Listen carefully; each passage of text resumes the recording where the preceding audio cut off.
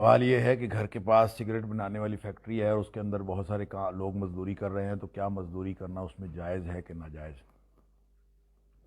دیکھیں، بات یہ ہے کہ سگریٹ یا تمباکو یہ ان چیزوں میں سے ہے جس کی حرمت کے بارے میں کوئی واضح حکم ہمیں نہیں ملتا۔ البتہ فضول ہونے کے اعتبار سے لا یسمن ولا یغنی من جوع، قرآن جہنمیوں کے کھانے کا ذکر کرتا ہے جس سے نہ بھوک مٹتی ہے نہ پیاس مٹتی ہے۔ تو ایسا کھانا، ایسی کوئی چیز جو گویا وہ جہنمیوں کی خوراک ہوگی، اللہ تعالیٰ معاف فرمائے۔ تو یہ تمباکو نوشی یا سگریٹ نوشی اگر یہ نشہ نہ بھی کرتی ہو، اگر تو نشہ کرتی ہو تو کل مسکر حرام، تو پھر ہر نشہ آور چیز ہے وہ حرام۔ اور اگر کوئی ایسی سگریٹ نوشی ہے جو مسکر کی ڈیفینیشن میں نہیں آتی، یعنی وہ نشہ نہیں کرتی لیکن وہ فضول چیز ہے، اور ظاہر ہے کہ ایک ایسی چیز ہے کہ جس کا کوئی نہ کوئی دینی فائدہ، نہ کوئی شرعی فائدہ، نہ کوئی جسمانی فائدہ، تو پھر اس کو تبذیر کے حکم کے تحت دیکھا جائے گا۔ اور تبذیر کیا ہے؟ تبذیر ایسی چیزوں پر خرچ کرنا ہے جو ناجائز چیزیں ہیں، جو فضول چیزیں ہیں، جن کا انسان کو کوئی فائدہ نہیں ہوتا، بالکل نقصان کی چیزیں یا ناجائز چیزیں ان پر خرچ کرنا۔ مبذرین کے بارے میں قرآن کہتا ہے وَلَا تُبَذِّرْ تَبْذِيرًا، دیکھو ناجائز چیزوں پر خرچ نہ کیا کرو۔ ایک فضول خرچی وہ ہوتی ہے جو انسان جائز چیزوں پر کرتا ہے، اس کو اسراف کہتے ہیں۔ یعنی کھانا پینا انسان کی ضرورت ہے، جائز ہے، لیکن انسان جب ضرورت سے زائد خرچ کرے گا تو وہ حرام ہے۔ اور اسی طرح سے کوئی شخص جو ہے وہ کوئی استعمال کی چیز وہ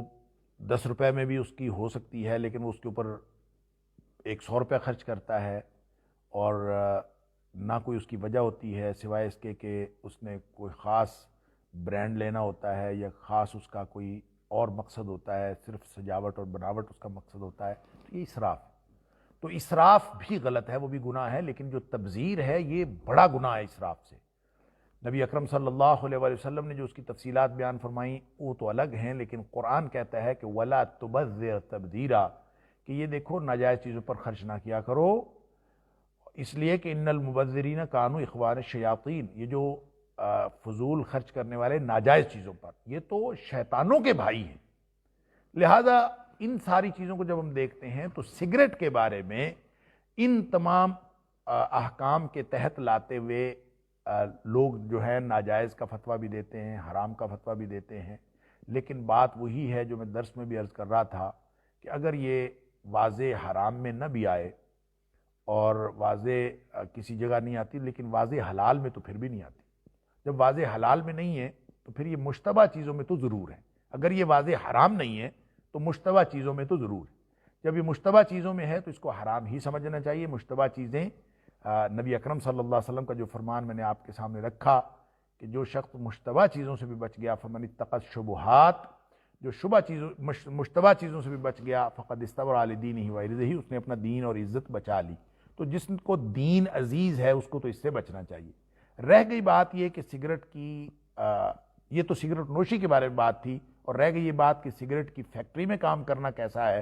تو اس کے بارے میں پھر وہی حکم ہوگا کہ اگر تو کوئی شخص اپنی مزدوری کر رہا ہے اور اس کی مزدوری کا تعلق دیکھیں شراب حرام ہے یا سود حرام ہے، اس کی حرمت بھی واضح ہے، اور اس کے ساتھ معاملت کرنے والے کسی بھی صورت میں ان سب کے اوپر نبی اکرم صلی اللہ علیہ وسلم کی لعنت وارد ہے۔ یعنی اس میں شراب کشید کرنے والا، شراب اٹھانے والا، شراب لے کے جانے والا، مزدوری کرنے والا، ڈھونے والا، اٹھانے والا، وہ سب اس کے اندر شامل ہے۔ 11 لوگوں کے اوپر نبی کریم صلی اللہ علیہ وسلم نے شراب کی وجہ سے لعنت کی ہے، اور آپ نے فرمایا کہ سارے اس میں برابر ہیں۔ اسی طرح سود کے حوالے سے بھی۔ لیکن یہ جو سگریٹ نوشی ہے یہ اگرچہ حرام ہو یا اگرچہ یہ ناجائز ہو، تو اس کے اوپر اس طرح سے نبی اکرم صلی اللہ علیہ وسلم نے باقی جو اس کے سارے جو دیگر لوازمات کے ساتھ جڑے ہوئے لوگ ہیں ان کے اوپر ایسی کوئی واضح ہمیں حکم نہیں ملتا کہ نبی کریم صلی اللہ علیہ وسلم کے اوپر لعنت فرمائی۔ البتہ مشتبہ ضرور ہے، بچنا چاہیے، احتیاط کی بات ہے۔ اور اب اگر کوئی شخص اس فیکٹری کے اندر کام کرتا ہے جس کی نوعیت ایسی نہیں ہے، نہ تو وہ لوگوں کو سگریٹ نوشی کروا رہا ہے، نہ وہ تمباکو کی مینوفیکچرنگ کے لیے کوئی کام کر رہا ہے، البتہ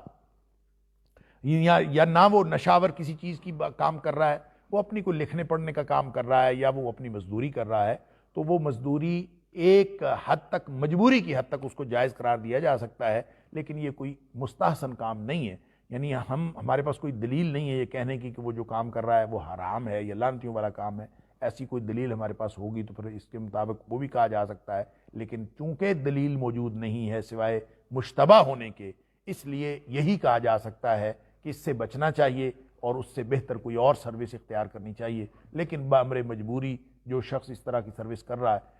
وہ اپنے مجبوری کے تحت اس کو جاری رکھے اور اس سے بہتر سروس ڈھونڈتا رہے، کیونکہ یہ بہرحال سود والا یا شراب والا معاملہ نہیں ہے. ہاں البتہ جہاں سگریٹ نشے والے سگریٹ بنتے ہیں، کیونکہ سگریٹ کی بھی کئی قسمیں ہیں، اور جہاں نشے والے سگریٹ بنتے ہیں وہ پھر کل مسکر حرام کے اندر آئیں گے، اور جب اس کے اندر آئیں گی تو پھر اس کے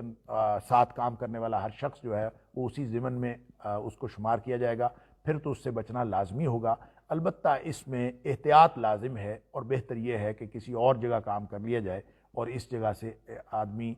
اس وقت تک جاری رکھے جب تک اس کو مجبوری ہے، اور جب بہتر سروس جب تک مل نہیں جاتی تب تک جاری رکھ سکتا ہے. واللہ اعلم بالصواب، حقیقت بات کا علم اللہ ہی کے پاس ہے.